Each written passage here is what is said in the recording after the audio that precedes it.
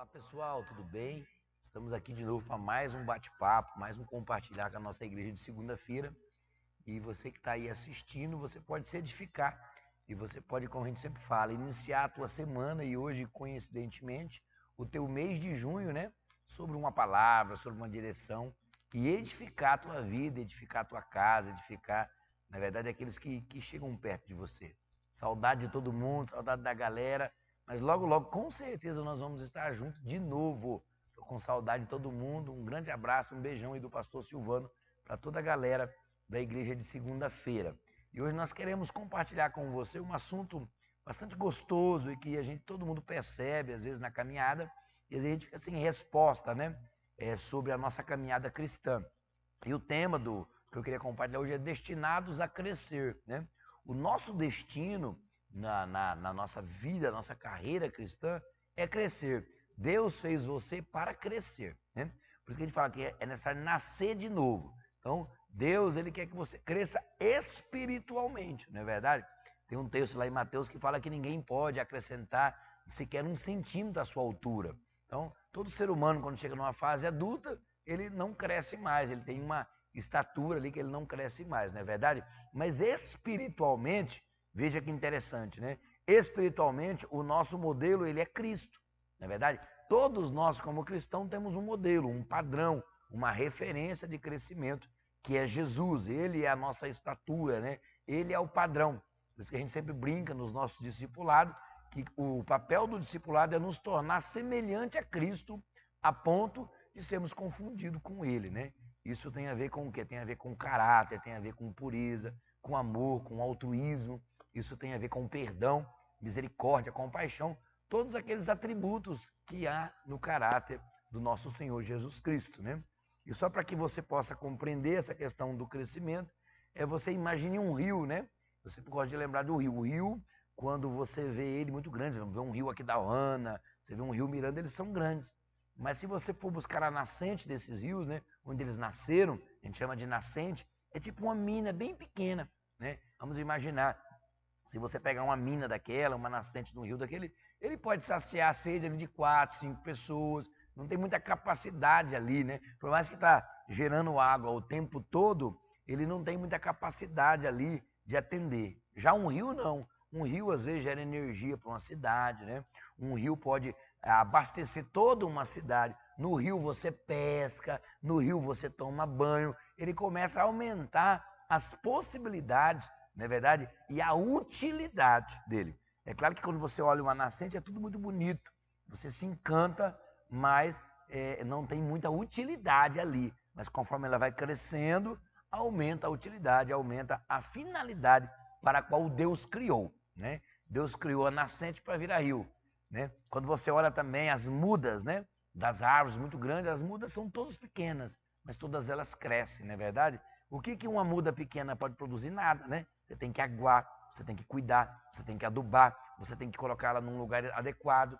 Mas quando ela cresce, ela já não cuida mais. Mas você vai lá o quê? Buscar o fruto, buscar a sombra, buscar a madeira, buscar tudo aquilo que ela pode produzir.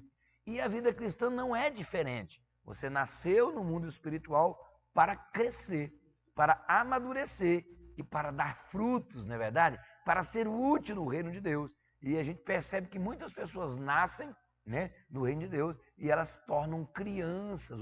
O tempo passa, elas não amadurecem, elas continuam na meninice, continuam sendo crianças. E hoje eu queria dizer dois assuntos, só 2 temas para você, 2 características para que você perceba se você está crescendo ou se você está atrofiando, né? A gente chama de atrofiar, fica uma coisa, vamos dizer assim, até meio esquisita, né? Pessoas com muito tempo de caminhada, mas ainda uma mentalidade infantil, né?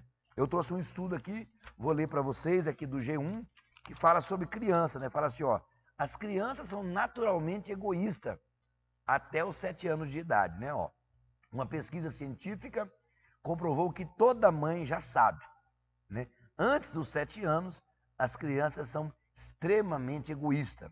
Só depois dessa idade é que eles aprendem a importância de dividir e passam a levar em consideração o sentimento dos outros. O estudo mostra 2 coisas. Primeiro, antes dessa idade, é perda de tempo convencer o seu filho a dividir o brinquedo. Segundo, os seres humanos são programados para serem generosos, né? Então a generosidade ela é inata. Você nasce com a generosidade, ou seja, você nasce com a função de servir o outro. Você nasce com a função de ser útil para o outro, útil para a sociedade, né? Mas isso precisa ser exercitado, isso precisa ser aprendido no caminhar. E muitas pessoas, né, vêm para Jesus e elas não aprendem, não exercitam isso, então elas ficam o tempo todo como crianças, egoístas. Então aqui eu te dou para você a primeira dica, não é verdade? A primeira informação sobre um adulto espiritual. Ele deixa de ser egoísta, ele passa a pensar mais no outro, ele passa a pensar no próximo, não é verdade? Quando você vê aquelas pessoas que estão há anos na igreja, e ela continua buscando a bênção dela, o milagre dela, a casa dela, o carro dela, o casamento dela, né? Ela continua pedindo muito, ela continua na infantilidade. Os maduros, logo, logo, começam a se preocupar com os outros, preocupar, né, em ganhar almas, preocupar em fazer discípulos, ele começa a preocupar em ser útil ali na igreja e na sociedade. Então, o primeiro princípio é você ser preocupado, sentir os outros, né?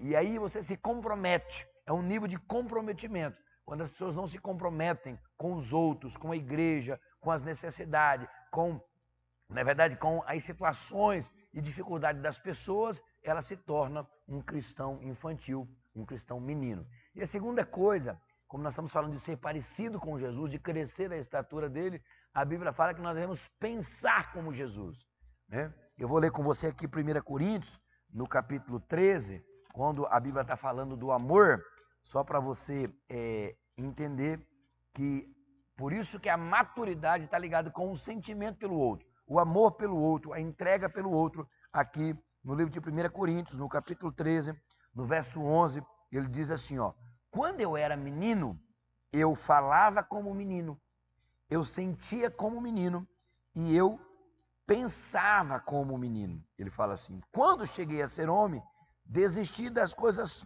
próprias de menino.